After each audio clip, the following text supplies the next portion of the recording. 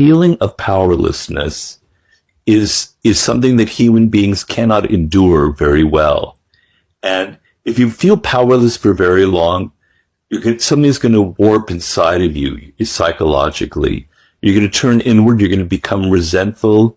You're going to become angry. You're going to have pools of anger, developing inside of you deeper and deeper and deeper. And you're not going to have control over yourself.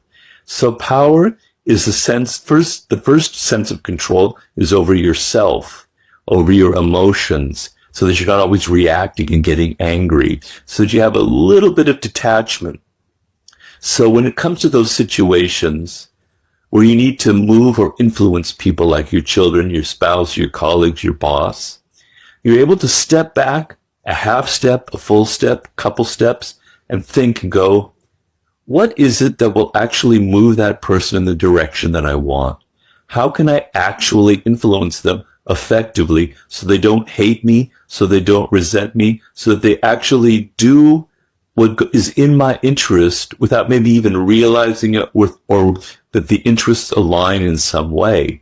So that is power for me, right? It begins with yourself. It begins with a sense of detachment from the events happening to you.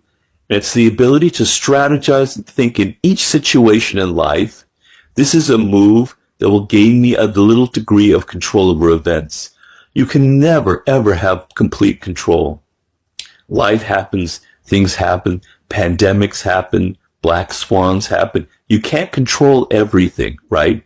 But that little bit of margin of control is enough to kind of help you glide through life a little bit more smoothly. When I think of power, I think what you said is a perfect definition of it. The ability, one's ability to control or influence another's behavior, maybe including even their own. You have the personal power, you have relational power, like who in the dynamic might have more influence over the other between husband, wife, or partner.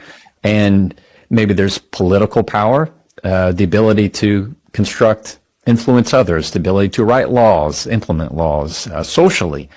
And what I find, the people that I get to talk to are always looking for power of themselves and how they're going to improve their life. And where I teach is communication and the power of words.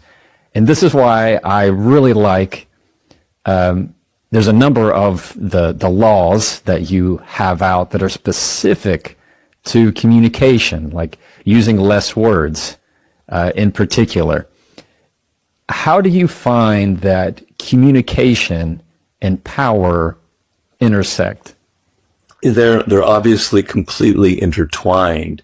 So, but communication has to be strategic. Okay. And that's the problem that a lot of people have in this world. They think if they just talk, if they just say, this is what I want, this is what I need, please come and help me, that's communicating. All you're communicating is your insecurity and your needs. True communication is effective. It's strategic. Other people are naturally resistant to helping you or to aligning themselves with your interest. Everybody has their own problems. In the world today, we're all stressed. We're all working too hard. We never have enough time, right? So you talk to me about what you want. Okay, I'm kind of half listening, but you're kind of irritating me because you're just spewing things from your side, right? True communication is what I was saying before. You take that step back and you put yourself in the other person's shoes, right? You get out of your own head because you're so self-involved that you don't realize that your words are just landing nowhere. You get out of your head and you go, I'm dealing with another person. They are not me. They have their own problems, their own wishes, their own issues right now in the present, right? What is that? What is it that is going on in their head, in their world? Sometimes you have to do some research. Sometimes maybe you know them well enough. Maybe you don't know them at all, but you have to figure that out. It's a puzzle. Once you figure out their side, not your side, what they want, what they need, now you have some power to craft what you say to actually influence them, to appeal to their self-interest, which is one of the laws of power, one of the most powerful laws of all, right? So if I say something and I'm trying to influence, I'm trying to move them like on a chessboard in my direction, right? If I say something that appeals to their self-interest while it's also helping me, their eyes will light up. All those defenses that they have will start to go down. So communication is absolutely worthless unless it's strategic. And always say less than necessary is important because the natural tendency for a human being without self-control is just to spew words, just like verbal diarrhea. This is, my problems, my life. This is what's going on with me. This is what I need, blah, blah, blah, blah, blah, right? Just shut up, talk less, and think more about what the other person needs and craft your communication strategically. I wrote a book recently, and it's hard not to, I can't imagine writing a book and not having pieces of yourself in it. When you were writing this book, what was coming up for you in your own life? Are you just studying these elements of influence and control and power? Is it something that you were writing to yourself or for other people? Where did that come up for you? Well, it came from two things. First of all, a very deep desire to help people in this world. My books, I think very, very deeply. I'm working on my 8th book now, so Power isn't my only book. But I think very, very deeply of my audience, right? It's a form of communication, to get back to that, right? And I want to help people. I want to help people deal with their problems in a real way, not just to satisfy my own ego. So I have to think about how my words can actually be absorbed into your daily life. So that's one side. The other side is the book came from a lot of pain, right? So I entered life like most people, kind of naive, kind of innocent. I wasn't a good player naturally, necessarily at Power, right? I made mistakes. I talked too much, probably. I outshone the master, right? On and on and on. I could go through a laundry list of the things that I violated. And I didn't realize that the world is political. I thought when you enter the work world, what matters is having results, is getting things done, is doing things well. But no, I had many, many, many painful experiences, particularly working in the film world. But as I've said in many interviews, I've had 50 different jobs in my life, more than 50, in all different aspects. In every little possible avenue of life, I've had a job. And I suffered deeply. And I suffered deeply from the sense of people are so political. Their egos are involved in everything. You can see their egos as they walk past you, right? I would notice in the office that there was these hierarchies. I worked for a while at the magazine Rolling Stone. And there were these hierarchies. There was the boss, and you could just see this massive ego walking back and forth. Then there were all the smaller little people working right under him and their egos. And there was little me in the corner as a copy editor, little tiny, tiny little ego. But that's what mattered. That's what made things run, was how well you impressed him, how you talked to the boss, in this case, Jan Wenner. And I thought, this is silly, but this is the real world. And you have to take the real world seriously. You have to succeed in the real world. So the book came from deep pools of pain from my own mistakes and from a deep desire to help other people, because I feel it's the source of a lot of depression and misery in life. You say something or you do something thinking that you're on the right track, it's going to help you, and the next thing you know, you're fired or you're demoted. You don't know why. I felt, I see people around me having these problems. So those are the two strands of the book: a deep desire to help people and a realization that the world is political, full of egos, and that mistakes are very costly and painful, and I made plenty of them. Yeah, well, you're not alone. We've all made a lot of mistakes. Looking back at it now and knowing the impact of the book, and I want to talk about the book specifically that you're writing and going to be releasing soon, is for those who haven't read it, or those who might go, you know what, now that I've listened to this episode, I want to pick it up again. Maybe they have it on their shelf and haven't looked at it in a while. How do you find, and especially being the one that wrote it, that this topic can also be very healing?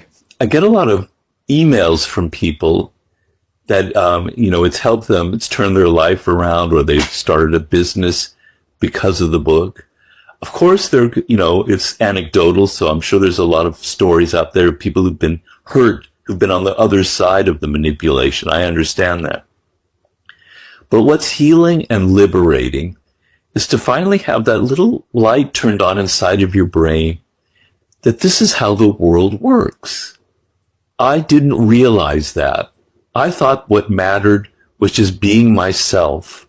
I thought that I could just do my job, say the things that I like, dress the way that I like to dress, just be myself, and it was enough.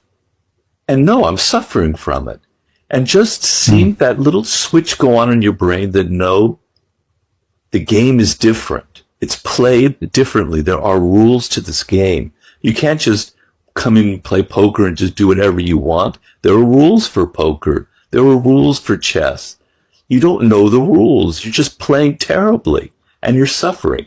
And just that little bit of switch inside going, maybe I'm entering this game. Maybe I'm from the wrong angle. Maybe I'm being too selfish, egotistical. I'm too self-absorbed. And I'm not thinking enough about the players in this game. That little switch of your perspective, of how you look at it, can be deeply healing and enlightening because it's not natural to us. As I said, it wasn't natural to me. So I think in that sense, that's what has helped a lot of people who, like myself, enter the work world a little bit innocent and a little bit on the naive side. This episode was brought to you by Cozy Earth. One of the reasons I love Cozy Earth is because their products are just that dang good. When it comes to anything that I want to wear that is soft and comfortable, I'm talking hoodies, sweatshirts, sweatpants, which I am wearing a lot of right now that in Texas it is less than 60 degrees, which means it's freezing here. From our bed sheets to our bath towels to everything that is quality product, that's Cozy Earth, and I love talking about them because I use their stuff all the time. Go to cozyearth.com/Jefferson, use the code Jefferson, and get 40% off. cozyearth.com/Jefferson, get the code Jefferson for up to 40% off. If you're looking for anything in the holidays, you need to go check out Cozy Earth. You will not be disappointed, and you will find something that you go, oh, I need this, and I need to get it for somebody else, but I definitely need it for myself. And now, back to the episode. How can you tell if somebody is trying to manipulate you? Well, sometimes if people are clever, you're not going to realize it. Like if people are really good at the manipulation game, if they know the 48 laws of power, if they know how to seduce you, how to wrap their words and make you seem like they're just wonderful, and that they're out for your best interest, if they're really good at it, you won't realize it until it's too late. And so in my book, I think my last book, The Laws of Human Nature, what I tell people is you need to identify these people before they enter your life or before you start listening to them. You need to be able to identify the manipulative types before they start charming you, before they start enchanting you, before they start wrapping you up in their dramas. Because if you fall into that trap, it's going to probably be too late. Most people aren't such good manipulators. And you can sense it, right? They're very passive aggressive. They say things that they want to get from you, but there's a subtext involved, right? And a lot of the bad manipulators, you can feel it. You have an intuitive sense. You can understand it. There's something in their body language, something in how they speak. It doesn't seem sincere. But the main thing is to be able to sense people's character, to be able to identify the types of people out there. So, as I said, there's some people out there who are brilliant at the manipulation game, for whatever reason. Not because maybe necessarily they read my book, but because it's in their DNA. They're just naturally good at it, right? People who are very political, okay? So your task is to be able to see through these people, because the problem that a lot of people have, you see, I have to kind of circle around here a little bit. The thing that I try to say in the 48 Laws of Power is that it's a game of appearances. Appearances matter so much in this power game. How you present yourself, how people see you, act like a king to be treated like a king, right? Recreate yourself. Your appearances is what people are judging you by, right? So at the same time, you have to control your appearances so people see you as powerful, but you have to see like a laser through other people's masks, through other people's games that they're playing, through the appearances they're trying to create. So the great manipulators out there, right, they have signs. They're not perfect. They give little clues, little crumbs that reveal that they're trying to play this kind of game on you. And that's why I wrote The Laws of Human Nature, where I give you tools for identifying the great narcissists out there. Because most of the master manipulators are toxic narcissists. And you have to be able to identify them before they enter your life. How to identify people who are full of envy. They are a very dangerous type. They'll become your best friend in order to hurt you, to sabotage you, because they feel envious. You have to identify them before they get into your life, on and on and on down the line. So that's sort of my advice. There's no simple answer how to identify a manipulator. It's in their character, it's in their body language, it's the little signs that they give out, and you have to be able to see through people's masks and not always take appearances for reality. The people who would read this book and let's say they've read it, they really understand it, they're putting it into practice, and there's somebody who wants to have, as we've defined, more power in their life, whether it's for good or whether it's for bad. And through that, they're going to be able to, as a verb, manipulate people for good or for bad to their purpose. Do you find that the people who read this book are doing it with ill intent or for good intent? Like I know you have to have had a lot of feedback from this book over the last many years. Yeah. And I'm curious what you'd speak to that. Well, let me clear up one thing, though, that not all of the laws are about manipulation, right? Right. I mean, I guess it's how you define manipulation. But creating compelling spectacles, one of the laws, is, creating something that draws a lot of attention, right? Which is what a lot of life and social media involves.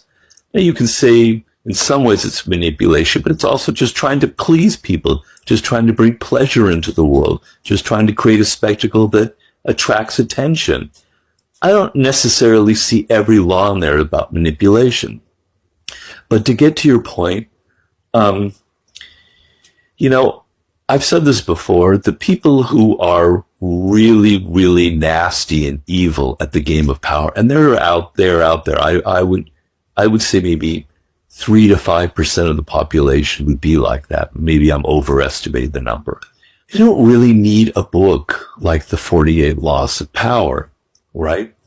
They've been learning this from a very early age. They probably had troubled childhoods. I don't want to get too deep into the psychology of that, but they've been wounded in their childhood, right? And they learn from the age of 6 or 7 or 8. This is how you get people. This is how you string people along. This is how you get attention. This is how you be dramatic. This is what you say. This is how you get mommy and daddy to pay attention to me. This is how, you get the teacher to like me. They've learned this step by step at an early age. By the time they enter the work world in 22, they've been doing this in high school. They've been doing that at college or wherever. They're getting better and better at it. Then this book comes along, the 48 Laws of Power. Well, they don't need to read that. If they read it, it's just going to confirm the things that they've kind of intuitively understood. Now, I don't deny that there's going to be a percentage of people who read that book and go, wow, I can really be nasty in the world. I can really use this now and get a lot of power. And they are using it for bad purposes. I understand that, and I have to own up to that and not I'm not completely naive about how the book is used. But the vast percentage of people, and I know this from the emails I get hundreds, thousands, tens of thousands of them in the last 20 some years, probably hundreds of thousands in the end, are people who are like myself, who are naive, who didn't understand how the game is played, who entered the work world with all kinds of illusions that were bred into them because your parents don't tell you, your teachers, your parents, and your schools don't tell you that there are people out there who are manipulative, that the world can't be political, that everyone out there has egos. Nobody teaches you this. All of the books are so sweet and sugary, telling you self-help books, just cooperate. This is how to be a good human being. And you enter the work world and nobody prepared you for the slap that you have from people being so nasty and political and ego-ridden. Nobody taught me this. They glom onto the book like it's, water in the desert. Wow, he's teaching me something real. That's the majority of readers, I believe. I could be wrong. There's no science behind it. I don't have data. Anecdotal data, though, is sort of how I believe it. These are the readers that are attracted to the book. What I have found in my own life is so much of what I have seen and ran into with, especially in what they would early childhood trauma, like what you just talked about. People who are proficient at lying or manipulating or exercising, as we can define, power, is because at that point in time in their life, there was an actual utility to it. They were able to get mom and dad to stop arguing. They were able to keep the family together. They were able to not get in trouble, to keep themselves from getting abused, or whatever it is, that so much of it they have already learned. And whereas some people might be, like you said, they think everything's roses and they just get hit with the tidal wave as soon as they enter the real world of, wow, it doesn't matter how nice I am. They're going to be rude to me. It doesn't matter how clean I play. I'm never going to get anywhere if I don't do X, Y, and Z. Nobody taught me the true rule, the hard knock rules. Yeah. Is that fair? Yeah. I mean, I wrote a book about warfare, and one of the concepts called the 33 Strategies of War, and one of the concepts in there is what we call asymmetric warfare. And that's what is also called dirty warfare, right? People who like terrorism, okay, or like guerrilla warfare, where the rules are thrown out, where you're willing to do anything. But usually it comes from armies that are much smaller and weaker. And that's certainly the origin of terrorism, right? You're going to leverage your smallness, your small size, your small army, by being as nasty and amoral, and you'll do anything to get power to hurt the enemy, okay? And what happens oftentimes the enemy plays by rules, is good. And so in asymmetric warfare, right, there's also an ethical asymmetry. So I think of things like Putin in Russia, for instance, okay? He's somebody who's willing to do anything for power, as nasty and as dark, whatever works for him and his country is what he will do. When you have these European countries with their democracies and their rules and their organization and their bureaucracies, and they're continually at a disadvantage, facing somebody who's willing to do anything, much more than they're willing to do. We find this as well in American politics, okay? So in life, the same thing happens. When there are people out there in your office who their ethics and their morals are thinner than yours, they're willing to do things that you would never consider doing, you're at a continual disadvantage. You're not willing to do the dirty things that they're doing, right?